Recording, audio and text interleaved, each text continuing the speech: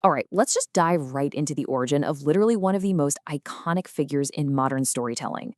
Whether you're a longtime fan or maybe you're just starting to sail the Grand Line, Monkey D. Luffy's story is an absolute masterclass in character building. Today, we're looking at the very foundations of a character whose impact has, no joke, changed the entire landscape of manga and animation forever. So we got to start with a massive question. Who exactly is this rubber-powered boy in the straw hat? I mean, at first glance, he just seems like a carefree, kind of simple-minded kid who really loves to eat meat and wants to be a pirate, right? But as we unpack this together, you're going to see there is so much more beneath the surface. He's actually a character defined by this profound, almost instinctual desire for absolute freedom. And not just for himself, but for literally everyone he encounters. Today, he sits as an emperor of the sea.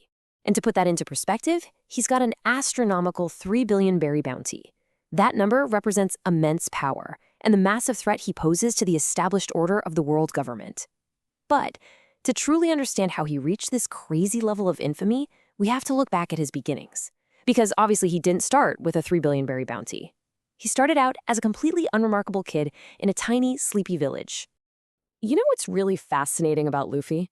It's the stark contrast between his terrifying biological lineage and the ragtag found family he actually values. On one side, we have his bloodline. We're talking about Monkey D. Dragon, the world's worst criminal for a father, and Monkey D. Garp, a legendary marine hero for a grandfather. Heavy hitters, right?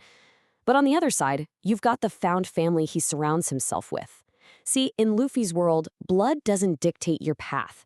The people you choose to share your journey and your sake cups with, they're the ones who matter. So here is how we're going to deconstruct his journey from village boy to mythological liberator. First, the boy from Foosha, then Shanks and the devil fruit. After that, the straw hat promise, blood and brotherhood, the secret of Nika, and finally, the dawn of adventure. Let's get right into it. Part 1. The Boy from Foosha. Humble Beginnings.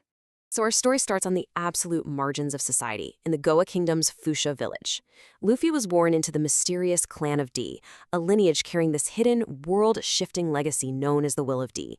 Yet despite having a marine hero for a granddad and the Revolutionary Army leader for a dad, his upbringing was, well, it was wildly unconventional.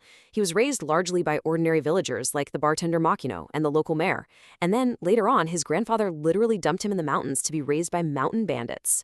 It's this chaotic mix of intense expectations and total hands-off parenting that completely shaped his super-independent worldview. Section 2, Shanks and the Devil Fruit, a fateful encounter. Now, while his physical resilience was forged in those mountains, the ideological foundation for his entire life was laid by a pirate.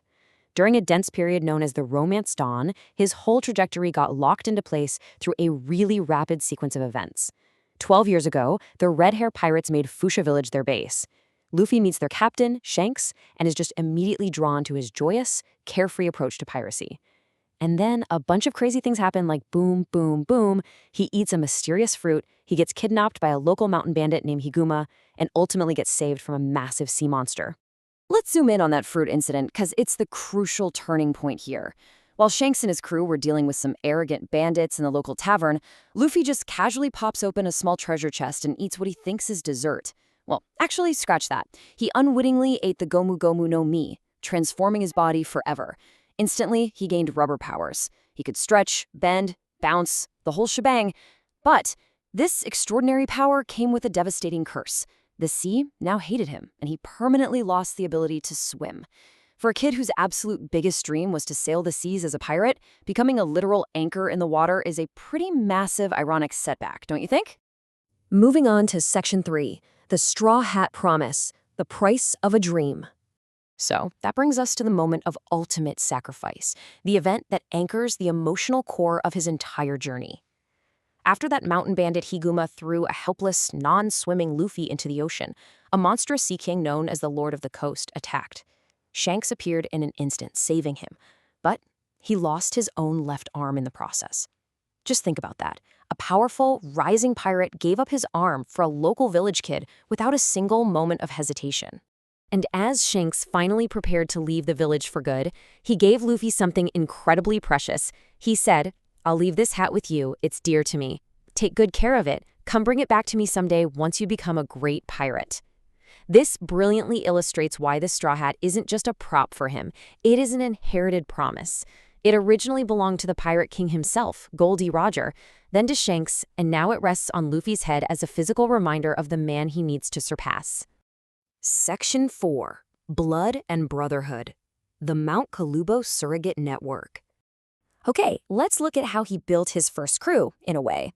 After Shanks left, Vice Admiral Garp took Luffy up to Mount Kalubo and essentially dumped him with the dad and family of mountain bandits, forcing him to find a new family. Up there, he met two older boys, Portgaze d'Ace and Sabo. Now, initially, they wanted absolutely nothing to do with him.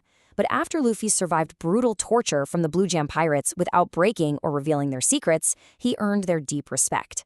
They cemented their bond with the Sakazuki ceremony, a traditional exchange of sake cups to establish an unbreakable surrogate brotherhood. From that moment on, they were brothers for life. Together, these brothers forged immense resilience through a pretty harsh three-part gauntlet of survival. First, they had to endure Garp's near-lethal survival training. I mean, he would literally throw them into ravines or leave them in jungles just to toughen them up. Second, they were constantly battling giant beasts in the wild just to secure their next meal. But it was the third point that really shaped them. They had to overcome the sheer tragedy of Sabo's apparent death after his small boat was destroyed by a world noble. That profound, heartbreaking loss fueled Luffy and Ace's determination to set out to sea and live their lives entirely without regrets. Section 5. The Secret of Nika, a Hidden Destiny. Now, let's jump forward a bit and look at a massive revelation. For over a decade, we all believed his fruit was just the basic Gomu Gomu no Mi, granting him simple rubber properties that he used super creatively to, pump his blood or inflate his bones. But the world government actually lied. His fruit is actually a mythical Zoan type containing the power of the sun god Nika. It's the Hito Hito no Mi model Nika. This means his fruit literally embodies the spirit of a warrior of liberation, heralding him as the second coming of the legendary Joy Boy. So those silly, bouncy rubber powers, they are actually the ultimate manifestation of freedom. Section 6. The Dawn of Adventure, Setting Sail. Which leads us perfectly to our final chapter here. 10 years after Shanks left that village, an empowered 17-year-old Luffy sets out in a tiny little boat to claim his destiny. He yells out to the ocean, "Look out, world, here I come! I'm gonna become the king of the pirates!" But the absolute most crucial thing to remember here is what that title actually means to him. He doesn't want to conquer lands, he doesn't want to rule over others. To Luffy, being the Pirate King simply means being the person with the most freedom in the entire world. And so, leaving Foosha Village behind, he sets his sights on his very first crewmate. Luffy's journey proves that true power isn't about control. It's about the infectious freedom to choose your own destiny and lifting up the people around you. Now, the future Pirate King needs a strong foundation to spread that freedom, and his very first target is a notorious pirate hunter named Roronoa Zoro. But how exactly does an overly enthusiastic rubber boy convince a fearsome, legendary swordsman to join his pirate crew? Well, that is an explainer for another day. Thanks for joining me on this deep dive into the origins of Monkey D. Luffy. Keep exploring, and I'll catch you on the next one.